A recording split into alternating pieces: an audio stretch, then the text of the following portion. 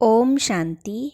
भाग्य विधाता इस पुस्तक में आज हम पढ़ेंगे बाबा विदेशी बच्चों को आदि समय से ही याद करते थे। इस विषय पर ब्रह्मा कुमारी दादी रतन मोहिनी जी साकार बाबा के साथ का अपना अनुभव सुनाती है।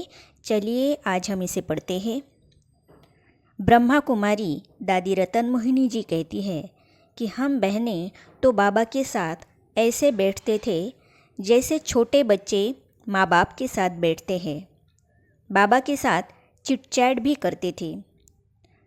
कहाँ भी चलो बाबा के हाथ में हाथ देकर चलो, कहाँ भी बैठो बाबा के साथ बैठो, बाबा के साथ बोलते जाओ, देखते जाओ और चलते जाओ। क्योंकि बाबा के लिए हम लोगों की सदा ऊंची भावनाएं थी। हमें सदा स्मृति रहती थी कि हम भगवान के साथ हैं। बाबा में भगवान की ही एक्टिविटी देखती थी।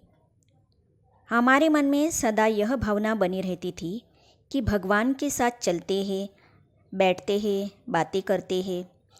हम बाबा को कभी साधारण रूप में नहीं देखते थे। जब बाबा क्लास के बाद चैम्बर में बैठते थे तो हम सब उनके सामने बैठते थे। भले ही बाबा उस समय रमणीकता से बात करेंगे, परंतु हमारे अंदर भावना होती थी कि देखो भगवान कितनी रमणीकता से बातें कर रहे हैं। इस रीति हम बाबा को देखते और सुनते थे।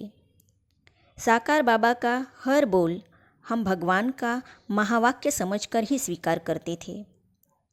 बाबा के हर बोल और क्रिया के प्रति हम आपस में रूह रिहान करते थे कि देखो भगवान साकार में कैसे कर्म कर रहा है और बोल रहा है। उनके बोल में क्या क्या राज समाया हुआ है यह भी हम निकालते थे।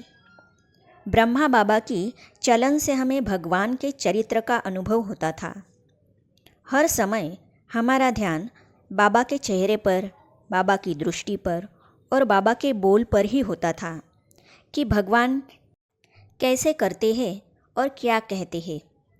साकार बाबा को देखने का हमारा उद्देश्य यही होता था कि भगवान उस रथ द्वारा कैसे देखते हैं, कैसे बोलते हैं, कैसे कर्म करते हैं, कैसे बच्चों के साथ खेलपाल करते हैं। उस समय हमारे अंदर यह पक्का बैठ गया था कि बाबा बाबा तो है, साथ में इस बाबा में भगवान बैठा है। ब्रह्मा बाबा में शिव बाबा है। यह निश्चय करने के लिए हमें मेहनत नहीं करनी पड़ी। जैसे आजकल लोग पूछते हैं कि ब्रह्मा बाबा में ही परमात्मा आता है अथवा आया है, कैसे विश्वास करें। लेकिन कभी भी ऐसा प्रश्न हमें आया ही नहीं।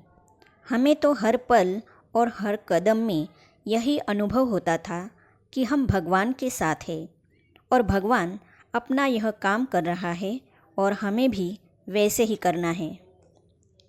बाबा की दृष्टि इतनी मीठी और इतनी प्यारी होती थी कि हमें साकार रूप में दिखाई भी पड़ती थी और महसूस भी होती थी।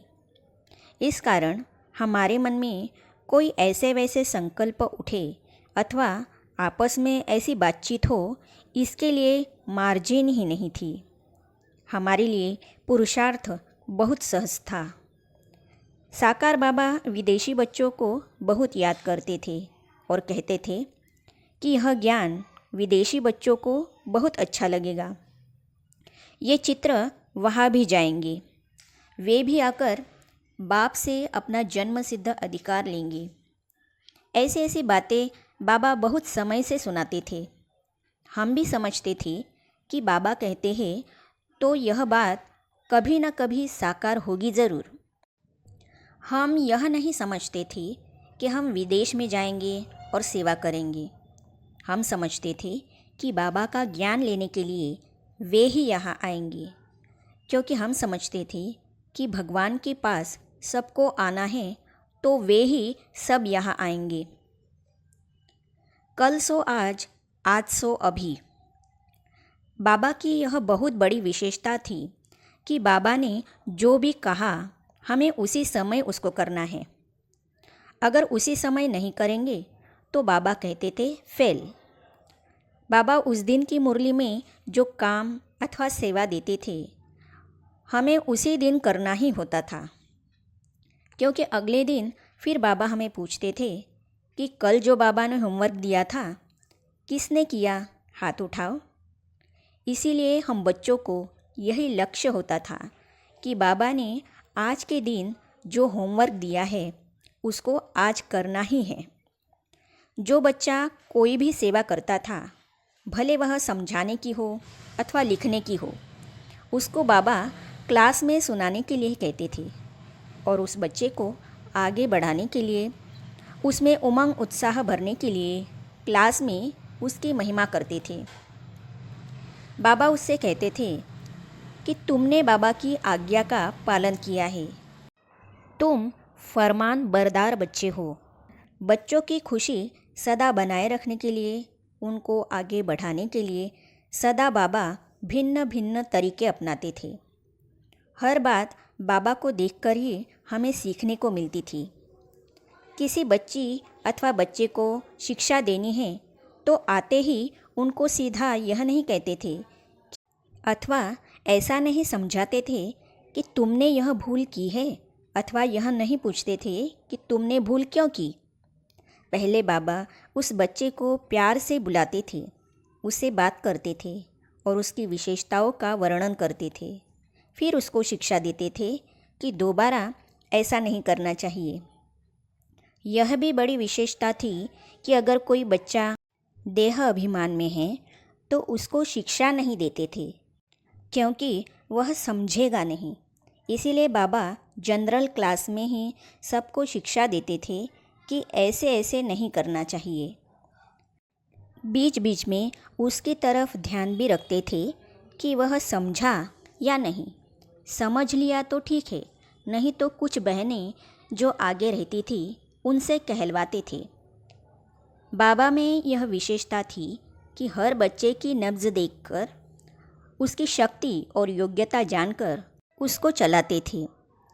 ज्ञान एक होते हुए भी बाबा हर आत्मा की योग्यता अनुसार ही शिक्षा और धारणा की बातें सुनाते थे।